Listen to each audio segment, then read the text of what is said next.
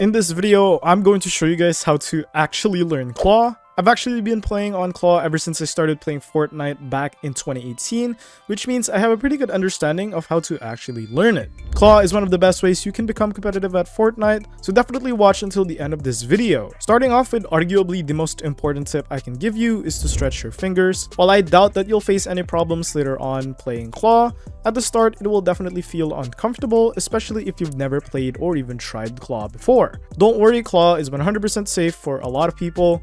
There's this misconception that Claw is actually bad for your health. Don't worry, Claw is 100% safe. It's just that the sudden change in muscle memory as well as the initial awkward position, of course, will cause some discomfort. It's better safe than sorry, and it would suck to have a lot of wrist pains trying to learn Claw.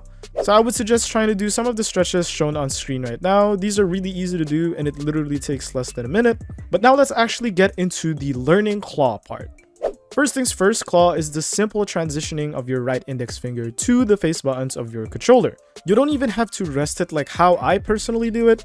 You can sort of switch it up like this, and that's what I call the base Claw. Playing on base Claw like this is more than enough for a game like Fortnite, where technically all of the face buttons are the only things you need to focus on. Now, if you haven't played on Claw before, then there's a high chance that you'll find it uncomfortable to press any of the buttons with your index finger, especially since Fortnite is pretty fast-paced. So the best solution to that problem is to start playing single player games on Claw. There are two main reasons why you should be doing this. The first major one is pressure. When you play single player games with no competitive nature in it, you will have a much easier time getting used to the muscle memory. Whenever you're playing a game like Spider-Man 2, which is my personal recommendation, but obviously not limited to PlayStation games, just by pressing the square button using your index finger on the PS5 controller while fighting opponents, you're actually indirectly forcing your brain to learn Claw and treat it as the default. Once again, it is not limited to PlayStation games. You can play Xbox games if you want. It's just that Spider-Man 2 just so happens to be my personal recommendation for everybody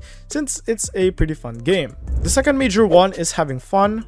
Fortnite can be tilting at times, and whenever you learn something new, you're obviously going to be bad at it first. If you're losing too much or you're stressed out, it's going to be a lot easier for you to return to what you know than actually progress into something new. I'd personally recommend story-based games with decent fighting. The Batman Arkham games, the newer Insomniac Spider-Man games are all solid options, but always value what you personally enjoy first and foremost. So feel free to play games like Minecraft, racing games, or whatever you want really, as long as you enjoy the process. Now with that said, I suspect that it will take you 3 to 4 days to fully get used to base Claw, or at least the idea of Claw. But there are no guarantees, and it may take a few weeks to fully transition to Claw, or maybe it will take you less than a day. It depends on you. However, assuming that you have transitioned to base Claw, it's actually time to play Fortnite now. The first thing you need to do is set your edit bind on either triangle or circle for PS5 and Y or B for Xbox. Trust me, the face buttons are significantly faster than any button on the controller, and since you won't have a problem moving your thumb away from the right thumbstick, you will feel a significant boost in your editing speed. The second thing you need to do is get used to everything Fortnite related. The first few hours playing on Claw will be your worst Fortnite ever. Your mechanics will be off, your aim will be worse, your control will be significantly lowered. So when you first log in on Fortnite, you want to start practicing. Try to get to the same level you are without Claw first, which means if you can do a double edit on non-Claw, practice and practice until you can get to that point. The same goes for 90s, piece control, and even aim. Trust me, after you go through this short learning process, and it's not even that long, you will grow in terms of mechanics and movement rapidly. The difference will be so big that no one will see you as the same player, and you yourself won't even understand how you're able to pull off some of the things that you will do. Back then you will be stiff, now you will be smooth like butter. There's a big difference between non-Claw and Claw, especially when it comes to control. So definitely be ready for that change because it will mentally boost your energy. Just remember that always practicing makes perfect. Keep practicing and you'll start dominating Fortnite on controller, no doubt.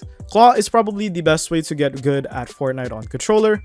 Obviously you have paddles, but some of the paddles on controller are expensive. A custom controller costs anywhere from $200 to $300, and some people just don't like building their own controllers or getting a strike pack. And if you really just don't want to spend on a controller, then getting a PlayStation controller or an Xbox controller, just a standard base controller, and playing on Claw is more than enough to actually help you improve at Fortnite. Otherwise, that's it for me. Thank you guys so much for watching, and I will see you all in the next video. Goodbye.